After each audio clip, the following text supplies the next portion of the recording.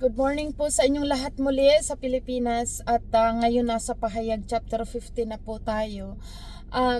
Uli, lagi ko po itong nami-mention every time na nag-start ako ng pag-share ng Word of God na tayo po ay chapter by chapter para po malaman ito ng mga baguhan na ang pagbabasa po natin ay hindi natin ito pinipili kundi talagang sunod-sunod every week, chapter by chapter at sa everyday po dire-diretso ang ating pagbabasa. So ngayon, naandito tayo sa Pahayag chapter 15. Pahayag sa mga baguhan po, ito po ay ang pinakahuling aklat ng Biblia, pinakahuling book at dito nakasaysay kung ano ang magaganap sa mga huling araw. Dahil ito po ang pinakahuli na kumbaga ipinahayag ng Panginoong Hesus sa pamamagitan ng buhay ni Juan kung ano ang mangyayari sa darating na panahon. Sa bawat isa po na nakasusubaybay, alam niyo po ang aking sinasabing ito, pero sa mga baguhan, dalangin ko po na sa inyo man ay maunawaan ninyo ito, dahil ito po ay talagang ito na yung mga mangyayari sa mga huling araw. At lagi po namin ini-encourage ang lahat, kung sino ang sa inyo ang walang Bible, wag po kayong mahiya, hingi kayo dyan sa kung sino po ang nakikita niyang leader dyan sa gawain, humingi po kayo, yan po ay libre, dahil talagang napakahalaga po na naiintindihan ng Kristiyano ang salita ng Diyos, lalo pa itong kung ano ang mangyayari sa darating, upang maihanda po ang ating mga sarili at makapanatili tayo kung ano ang sinasabi na dapat nating gawin at kalooban ng Diyos. Amen. So chapter 15, ito pong chapter 15, ito yung patungkol sa mga panghuling salot. Panghuling salot. Mula sa chapter 14, makita natin yung mga tinubos, tapos dito sa 15 hanggang 16, ito po yung ibubuhos dito ang puot ng Diyos sa mga taong mga talagang suwail at kasama si Satanas na lilipuli ng Diyos sa mga huling araw. At kung titingnan po ninyo ang Matthew 13, doon nakasaysay lahat ang mga tinutukoy dito po sa binabasa natin sa pahayag. Mas malinaw, maiintindihan po ng lahat. Mas malinaw pong maiintindihan ng lahat kung titingnan ninyo ang nakasulat sa Matthew 13. Yun yung mga tinutukoy sa mga huling araw at panahon kung papaano parurusahan ng Diyos ang mga taong ayaw makinig sa Kanya at sumunod. So, anyway, so chapter 15 po, before po ang lahat, maghingi tayo ng guidance sa Holy Spirit upang lubos po natin itong maintindihan at mailagay po ito sa ating mga puso at isipan. Amen. So let's pray. Hallelujah. O dakilang aming Ama sa langit na nakatunghay sa amin sa mga oras na ito, alam po namin, O Diyos, na walang nalilingid sa iyo, Ama, at ang mga ginagawa namin ito na patuloy pakikinig ng iyong salita, alam po namin, O Diyos, na kalooban mo ito. Kaya hinihiling po namin ang iyong patnubay o pagtuturo po sa bawat isa sa amin. Dalangin ko po, O Diyos, na buksan niyo po ang bawat puso ng bawat nakikinig. Pakinggan niyo po ang aming dalangin, Ama, upang sa ganon maunawaan namin ang mga salita mong itong itinuturo mo po sa amin. At sa mga baguhan, O Diyos, ikaw na po, O Diyos, ang mag-convict ng kanilang mga puso. Kilala niyo po silang lahat, maging ang mga datihan na mga nag-aaral nitong salita. Lord, continuous mo kami, O Lord, turuan at pagsamasamahin mo kami sa isang kaunawaan na kung paano sumunod sa iyong kalooban. Maraming salamat po sa kadakilaan mo, dakilang Diyos na Ama.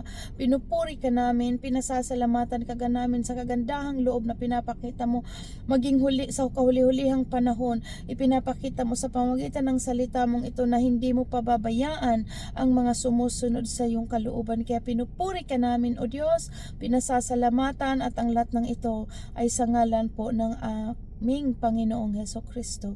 Amen. Amen. So, medyo maano po ang araw kasi umagang-umaga ngayon dito, alas 7 ng umaga.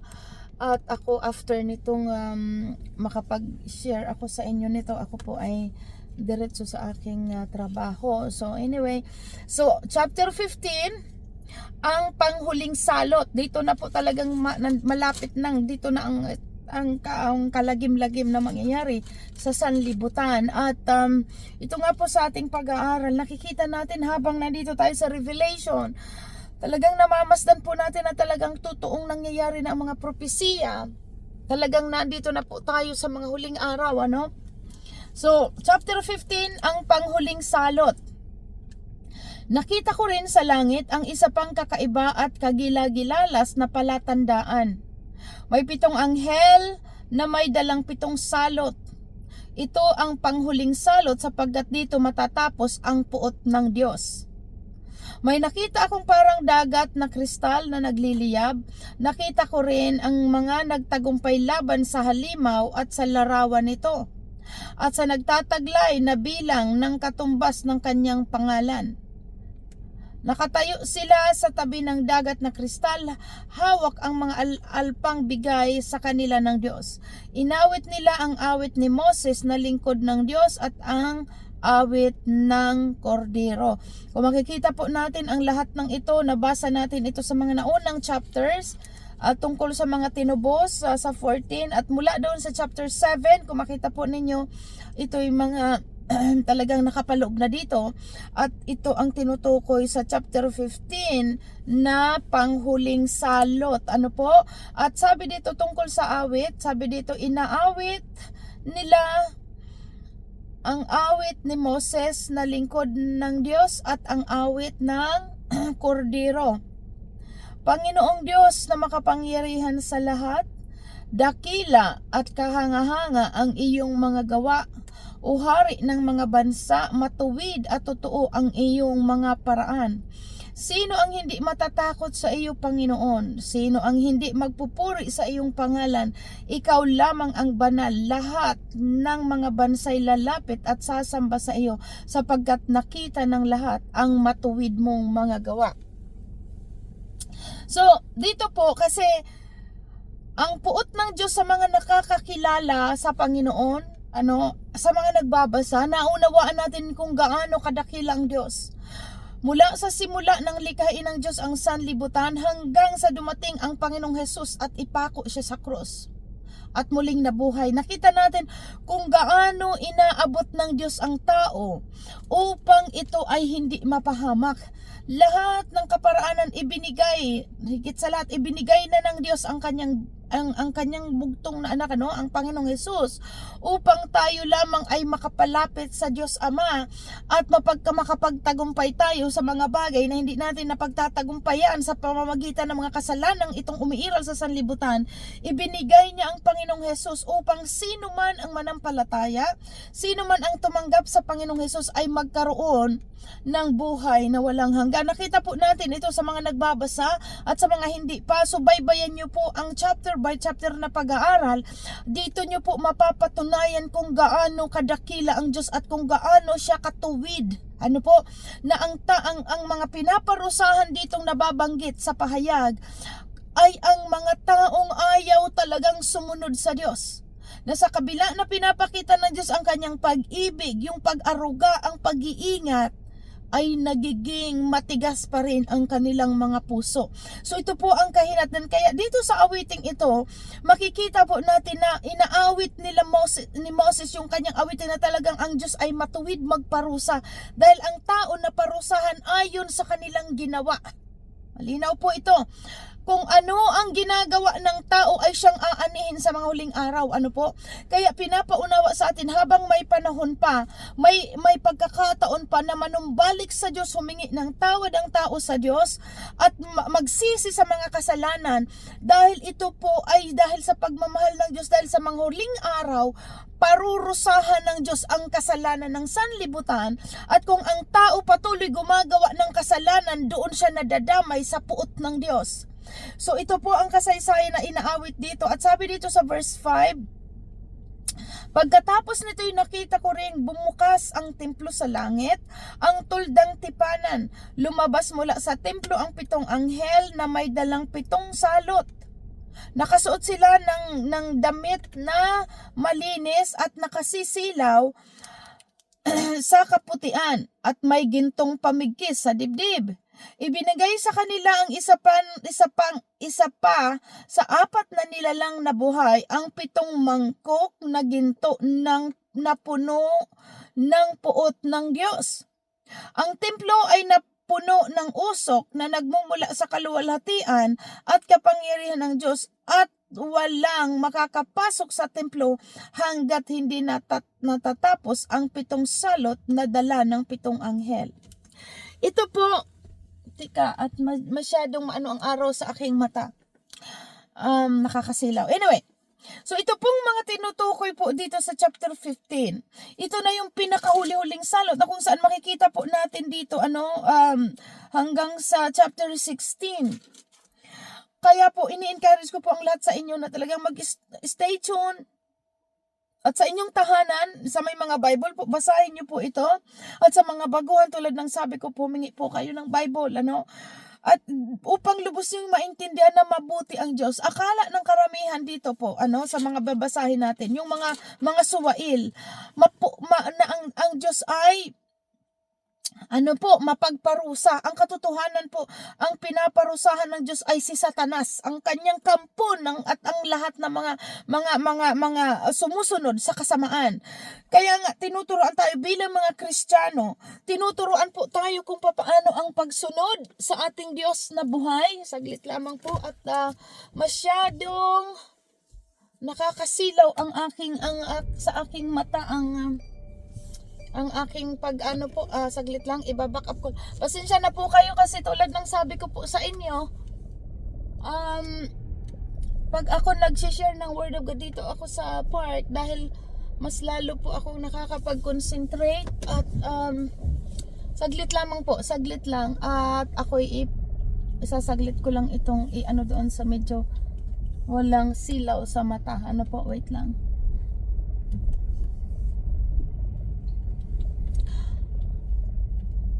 Okay, dito siguro. Okay na dito. Okay. So, yun na nga po ang inaano ko dito po na ito makikita natin sa mga huling araw na ang pinaparusahan dito ng Diyos ay ang masama si Satanas. Kaya tinuturuan ng Diyos ang tao na sumunod sa Diyos upang hindi mapahamak dahil matindi po ang sasapitin ng sanlibutan pagdating ng panahon. Tingnan nyo po sa inyong medyo blurry pa ang patungkol dito sa pahayag. Balikan nyo po ang Matthew 13. Matthew 13, nakasaysay dito ng Panginoong Hesus. Marami siyang dinaan sa mga talinhaga patungkol sa mga mangyayari sa darating. Upang maintindihan natin ng lubos, maintindihan din po ninyo ng lubos, basahin nyo po ang pagkatapos po nito or mamayang gabi o kung kailan kayo may free time, basahin nyo po ang Matthew chapter 13 at doon nagpapahayag ng kalinawan patungkol dito sa mga binabasa natin sa pahayag, sa mga huling araw, kung ano ang magaganap at kung papaano talagang susugpuin, bang tawag doon, papaano talagang matatapos ang daigdig, matatapos ang kasamaan. At kahapon sa chapter 14, makita po natin doon na talagang doon inani yung panahon ng pag-aani. Kung makikita niyo po, chapter 14, yung panahon ng pag-aani, talagang doon wawakasan ng Diyos ang kasamaan at kasama doon ang mga taong patuloy na hindi nakikinig.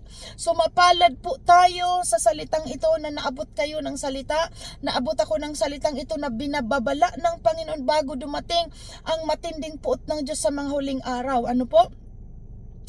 Dahil malinaw sa ating pagbabasa, tayong mga tao ginawa ng Diyos, nilalang tayo ng Diyos hindi para bagsakan ng puot ng Diyos. Dahil gano'n na nga lamang ang pag-ibig ng Diyos sa tao. Kaya nga pati ang Panginoong Hesus nagpakasakit, namatay, nagpapako sa krus upang maibayad ng ating mga kasalanan. Dahil sa ating pag-aaral, ang bawat kasalanan ay kailangang tubusin o may pagbabayad. Kaya ang ibinayad ng Panginoong Hesus mismong sarili, namatay sa krus. So doon ipinakita ng Diyos kung gaano po ang pag-ibig ng Diyos sa tao. Kaya nga malinaw, nilalang tayo ng Diyos hindi para bagsakan ng puot. Pero anong nangyari dito sa pahayag sa mga huling araw? Dahil maraming tao ang dinaanan ng matinding salot at puot ng Diyos. Ito po yung mga taong sa kabila ng pinapaunawa ng Diyos ang salita. Sa kabila na patuloy silang pinapaabutan ng babala ay hindi po nakikinig. At kita natin sa kahuli-hulihang panahon, sabi doon sa sinabi sa chapter 14 kahapon, anong sabi po doon? Hindi chapter 14, yung chapter 14, sinundan sila ng kanilang mga gawa, yung mga gawa. Ibig sabihin, doon po sa chapter 14 verse 13, kung paano pinakita po dito na ang tao, tinatanggap niya kung ano ang kanyang mga ginawa. Mabuti ang ginawa mo, aanihin mo yan sa huli. Katulad ng nakasulat po doon, sapagkat sino mang sinundan, sabi dito po, totoo nga silang pinagpala sa verse 13. Basahin niyo po, okay, buksan niyo po ang inyong nandyan kayo sa chapter 14, tingnan niyo po ang verse 13. At narinig ko mula sa langit ang isang tinig na nagsabi, isulat mo mula ngayon, pinagpala ang mga namatay na naglilingkod sa Panginoon. At sinabi ng Espiritu, totoo nga silang pinagpala, magpapahinga na sila sa kanilang mga pagpapagal sapagkat sinundan sila ng kanilang mga gawa. So napakalinaw po ito na habang nabubuhay tayo dito sa mundo, tinuturuan tayo ng Diyos kung paano maging sumunod sa kanyang kalooban at gumawa ng mabuti, dahil pagdating ng araw, aanihin po natin ang ating mga ginawa. Kaya nga may nakasulat dito, masama o mabuti, aanihin mo yon. Kaya tinuruan tayo ng salita ng Diyos na sumunod sa Diyos, dahil pagdating ng araw, aanihin natin ang ginawa. At sa mga taong hindi rin sumusunod sa Diyos, pagdating ng araw, yung kanilang kasamaan, yung kanilang mga ginawa, sila rin ang mag-aani noon. Kaya tinuturuan tayong mas sumunod sa kalooban niya, dahil ganun ang pag-ibig po ng Diyos. Ang pinaparusahan ng Diyos ay ang kasamaan, walang iba kundi si Satanas. At malinaw po sa atin, kaya ang taong patuloy gumagawa ng kasamaan, although mahal ng Diyos ang tao, pero dahil doon sa kasamaan na patuloy niyang ginagawa, madadamay siya sa parusa ng Diyos, dahil babagsakan ng Diyos ng puot ang mga taong masama, kasama ang kasamaan ng sanlibutan. Nandito po ito sa salita ng Diyos sa atin pong mga binabasa, Kaya gano'n na lamang, laging pinapaulit-ulit sa atin na maintindihan natin na gano'n na lamang ang kabutihan ng Diyos sa ating lahat. Kaya tinuturuan niya tayong sumunod sa kanyang kalooban. Ngayon, ang salita ng Diyos po ay punong-puno ng instructions, Kaya sinasabi ito sa atin, basahin ninyo itong banal na aklat araw at gabi. Lagi sinabi po ito kay Josue, at sinabi rin po itong mula kay Juan, na sinabi doon na maging kay Pedro, oo, alam nyo na ang bagay na ito, pero patuloy ko pa rin kayong papaalalahanan upang hindi natin ito makaligtaan. So ibig sabihin, napakahalaga na ito po ay lagi natin binabasa araw-araw upang nawawarningan tayo sa mga bagay na hindi nakalulugod sa Diyos. Nawawarningan ang ating isip, ang ating sarili na huwag gumawa ng masama. Dahil habang binabasa natin ang salita ng Diyos, nagkakaroon po tayo ng banal na pagkatakot, dahil naintindihan natin dito sa salitang ito, kapag patuloy kang gumagawa ng masama, babalik lamang yan po sa iyo. Malinaw pinaunawa ito ng Panginoong Hesus. Kapag patuloy ang tao sumusuway sa Diyos, para daw itong sumisipa sa matulis na bagay na sarili niya lang ang sinasaktan. Ibig sabihin, ang isang tao na patuloy gumagawa ng kasamaan, babalik po yan sa kanyang sarili. Siya lang ang sasaktan. Ibig sabihin, yung mga masamang gawa, sooner or later babalik yan. Mangyayari mga consequences na mga magdudulot sa tao ng kahirapan. So ito po ang pinapauna ng salita ng Diyos, na itigil ng tao ang paggawa ng masama, kundi sumunod sa kalooban ng Diyos, dahil sa bawat pagsuway ng tao sa Diyos, siya ang aani noon para lang siyang sumisipa sa matulis na bagay, ayon sa sinabi dito ng Panginoong Hesus. Para siyang nagsisipa sa matulis na bagay at sarili lamang niya ang sinasaktan, dahil yung masama po bumabalik po yun, may kasamang consequence, dahil yun ang gusto ni Satanas, ang tao gumawa ng masama upang doon niya ma-destroy at gumapang sa kahirapan ang tao at pagdurusa. Kaya nandito ang salita ng Diyos, ito ang instruction ng Diyos kung paano po tayo mamuhay. Amen? Kaya nga maraming gustong sumunod sa Diyos, maraming gustong gumawa ng mabuti. Paano gagawa kung hindi alam ang instruction? Nasaan ang instruction? Nandito po sa salita ng Diyos. Basahin nyo ito araw at gabi, sabi ng Panginoon Sus kay Josue. Basahin nyo ito araw at gabi upang inyong matupad ang lahat ng mga nakasulat sa aklat na ito. Joshua 1:8 po, nakasulat po yan. Upang kayo ay magtagumpay at managana. So napakalinaw po, ito ang pinaka-instruction ng ating buhay. This is the word of God. This is the perfect thing. Ngayon mga managsasabi, gawa lamang yan ng tao. Gawa lang yan, ng libro lang yan.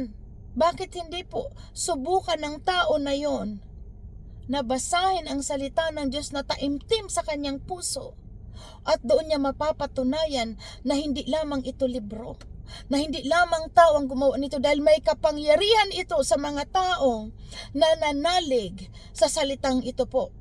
Talagang totoo ang mga nagsasabing ang Biblia ay gawa lamang ng tao, ang Biblia ay hindi naman yan salita ng Diyos. Subukan po ng tao na manumbalik at humingi sa Diyos ng tawad ng taimtim at magsimulang magbasa, at doon niya mapapatunayan na ang salitang ito ay totoo at katotohanan, dahil may kapangyarihan itong nagbabago ng buhay. Amen? At tayo mga patutuo po doon na hindi ito kasinungalingan, dahil alam natin kung saan tayo mga nagmula, kung anong klaseng buhay mayroon tayo noon, pero sa pamamagitan ng salita ng Diyos na ating binasa, unti-unting binago nito ang ating mga buhay. Kaya ito naman tayo, sinishare natin ito katulad ng kalooban ng Diyos na ipinahayag sa mga apostol. Ipahayag nito sa 4 na sulok ng sanlibutan, upang ang tao maintindihan ng tao kung ano pagsunod sa Diyos, at sila'y manumbalik at humingi ng tawad sa Diyos bago dumating ang katapusan ng sanlibutan. Isang patunay po sa atin na nakikita natin na totoo ang salita ng Diyos. Una, ang ating mga buhay, na nabago ang ating kaisipan, na kaahon tayo sa mga ginagawa natin ng makamundong mga bagay. And then, ano pang nakikita natin na katotohanan ng salita ng Diyos, na ang mga propesiya dito po ay nagaganap na. Sa mga nagbabasa, kitang-kita po natin kung ano ang katotohanan sa salitang itong nangyayari na ngayon sa mga panahon. Kaya ito po sa inyo pong mga baguhan, I encourage po, baguhan, datihan, manatili tayo sa salita ng Diyos, dahil pa sa mga huling araw po, kumbaga ang magpapatatag sa atin ay ang pananampalataya, dahil matinding kahirapan, tagutom, mga sakuna, lindo, lahat-lahat ng mga bagay, gyera, lahat patayan, kasamaan kaliwat kanan, doon po nakasulat ito, ang masama ay lalong magpapakasama. Kaya tinuruan tayo dito ng salita ng Diyos, sumunod tayo sa Diyos at manatiling tapat sa Diyos hanggang kamatayan. Dahil malinaw, sabi ng Panginoon, iingatan niya tayo hanggang sa dulo ng sanlibutan ito. Mamatay man ang physical na katawan natin dito sa lupa, pero ang itinuturo ng Panginoon, huwag kayong matakot sa mga pumapatay ng katawan, lupa, pero walang kakayahang pumatay ng laman at ng espiritu. Which is yun po ang tinutukoy doon, ang ating spiritual life. Kaya tayo mga Kristiyano, tinawag na Kristiyano, this is talking about spiritual. At ang patungkol sa spiritual ay ito po ay patungkol sa Diyos. And we know God, alam natin na ang Diyos na andoon siya sa luklukan ng kanyang trono sa buhay na walang hanggan. At yun po ang dahilan ng Panginoong Hesus, bakit siya namatay, upang tayo rin ay makapasok o makalapit sa Ama at makapunta sa buhay na walang hanggan. All believers, ganun yun po. Mga Kristiyano, ganun ang paniniwala na may buhay na walang hanggan, kasi walang Kristiyano na nagsasabing naniniwala na si Kristo ay anak ng Diyos. Walang Kristiyano na hindi na naniniwala sa buhay na walang hanggan. Kung ikaw ay Kristiyano, totoong alam mo na may buhay na walang hanggan, dahil yan ang patungkol sa kamatayan ng Panginoong Hesus, na tayo ay tinubos upang tayo makapasok doon at sa buhay na walang hanggan, at makalapit tayo sa Ama, dahil malinaw, walang makakalapit sa Diyos Ama kundi sa pamamagitan ng Panginoong Hesus, na siyang nagtubos at naglinis, nagpatawad ng ating mga kasalanan, ano? So ngayon, habang nandito tayo sa buhay na ito po, ito ang guidance ng Lord. Itong salita pong ito. Kaya ito po, sinasabi ko po sa inyo, sa lahat ng mga nakikinig. Kung kulang pa ang inyong kalaman sa salita ng Diyos, malinaw po dito. Hingiin mo sa Diyos na bigyan ka ng karunungan, dahil siya po ang nagbibigay ng karunungan na maintindihan natin ang kanyang salita. Kalooban ng Diyos na maintindihan natin ang kanyang salita. Kaya niya ito ibinigay. Pero kailangan din magpakumbaba ang tao at aminin talagang kailangan ng tulong ng tao. Ano na yan? At hilingin ang banal na Espiritu ng Diyos na magturo sa kanya, magpaunawa ng salitang ito. Manatili po kayo sa salita ng Diyos. Manatili kayo sa ganitong panahon na nakikipag-gathered sa mga believers, sa mga Kristiyano, manatili kayo sa pakikinig, dahil ang sa pakikinig ng salita ng Diyos, doon nagmumula ang pananampalataya. At habang nagkakaroon tayo ng pananampalataya, doon nangyayari yung mga bagay na ating inaasahan sa pamamagitan ng faith, yung mga prayers natin na kiniklaim natin, na tinatanggap natin dahil pinaunawa sa atin ng Diyos. Kung hindi ka nag-aalinlangan sa iyong mga panalangin, o kung hindi ka nag-aalinlangan sa iyong mga expectation mula sa Diyos, tatanggapin mo ang mga bagay na yon, na anumang dalangin mo. Pero tinuruan din tayo ng salita ng Diyos, kailangan ang idalangin mo ay matuwid sa harapan ng Diyos, dahil hindi tutugurin ng Diyos ang mga panalangin na hindi nakalulugod sa Diyos. So ngayon, paano natin po malalaman anong nakalulugod sa Diyos? Ito po, dito natin maiunawaan kung ano ang kanyang kalooban, anong instruction bilang buhay tayo dito sa mundo na naandito tayo bilang mga Kristiyano. Paano mamuhay ang isang Kristiyano, tagasunod ni Kristo, paano ka manalita, paano ang iyong galawan. So naandito po lahat. Ngayon, kung hindi nagbabasa ang isang Kristiyano, paano niya masusundan ang instruction ng Diyos? Ang buhay po dito sa mundo ay talagang, kung walang mag-guide sa atin, mapapariwara po talaga ang tao, dahil nandito tayo sa mundong magulo, samot-saring, mga tukso, mga temptation, kaguluhan. Kaya tinuruan tayo ng Word of God. Anong sinabi dito sa Psalm 32 verse 8 na to? Aking ituturo ang iyong daraanan, ako magbibigay payo sa iyo, kita'y tuturuan. So napakalinaw po. Gusto mong instruction sa buhay? Pagod ka na sa buhay mo? Naguguluhan ka sa buhay mo? Hindi mo na alam kung bakit nagkakaganyan ang buhay mo? Ibig sabihin, kailangan mo ng instruction. Ang Diyos ang nag-create ng lahat ng bagay. Mula sa pasimula, siya ang nag-create ng ating buhay. Alam niya ang pinagmula natin, alam niya ang dulo ng buhay dito sa mundo. Kaya tinuturuan tayo, dito ka lumapit. Makipag-usap ka sa Diyos, at dito nagre-response ang Diyos sa pamamagitan ng kanyang salita. Kaya ganoon na lamang po ang pagsasabi namin dito sa grupong ito. Manatili kayo sa Word of God. Walang nagbibigay na perfect instruction sa tao maliban sa salita ng Diyos, kasi He is all-knowing God. Alam niya ang lahat ng kaganapan sa buhay mo. Alam niya po ang lahat sa kaganapan sa mundo. So kaya nga tinuturuan tayo, lumapit tayo dito sa salita. Simulan po ninyong magbasa. Simulan ninyong hilingin, Lord, anong guidance mo sa akin? Turuan mo ako sa buhay ko kung papaano ako lumakad ng may katuwiran. Dahil ayon sa salita mo, parurusahan mo ang patuloy gumagawa ng kasamaan. Ngayon, paano tayo gagawa ng mabuti kung hindi natin alam ang instruction ng Diyos? So ito po, balikan po natin ang Bible lagi sa salita po ito. Magbasa. Hilingin ang Espiritu ng Diyos na matagapagturo po sa atin. Amen? So dyan po, So yan, makikita natin at kung sino ang continuous magpatuloy po sa pahayag, maunawaan ninyo na ang Diyos matuwid. Mabuti ang Diyos. Kaya tayo minamahal ng Diyos, tinuturuan ng Diyos dahil ayaw niya tayong mapahamak. Kung yun nga lang, paano mo malalaman ang instruction ng Diyos, paano mabuhay ng matuwid kung hindi mo naririnig ang kanyang mga instruction. At alam po natin na dito sa kanyang salita. So I encourage everyone, manatili po kayo sa pagbabasa ng salitang ito. Amen? So dyan po ako magtatapos at i-review nyo po sa inyo may mga Bible, i-review nyo at i-continue yung ibasa. At tulad ng sabi ko po, yung mga gustong makarinig everyday ng Word of God, maglumapit po kayo sino man dyan kasi meron pong grupo ng Bible study na continuous chapter by chapter ang pagbabasa mula everyday 7 o'clock ng umaga, sa gabi meron din alas 7. So kung sino ang willing at may mga Biblia kayo at meron kayong mga access sa online na maka-join sa group, sabihin niyo po sa mga kasamahan niyo dyan na gusto nyong sumama sa grupo upang labos po ninyong maintindihan ang salitang ito. Amen? Sama-sama tayo na pakikinggan lagi natin ang instruksyon ng Diyos sa ating buhay araw-araw. So,